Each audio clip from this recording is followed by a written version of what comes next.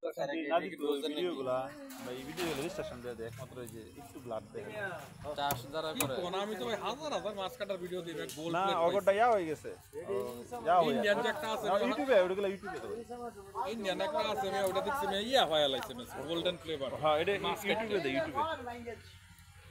চাই না তা দেখেন না সমানে দেখা যায় আছে না একটু কি আর আছে ও কাটার বাইরে হচ্ছে কি আর লেজ আছে কিছু নাই মাথা আছে হাই হাই মাছ আর পানি হইল কি ভাই এই মোবাইলে একটা সমস্যা আছে ভাই এই যে ভিডিও চলন্ত অবস্থায় ব্যাক ক্যামেরা দেখা যায় কিন্তু ফ্রন্ট ক্যামেরা আনন্দ জানা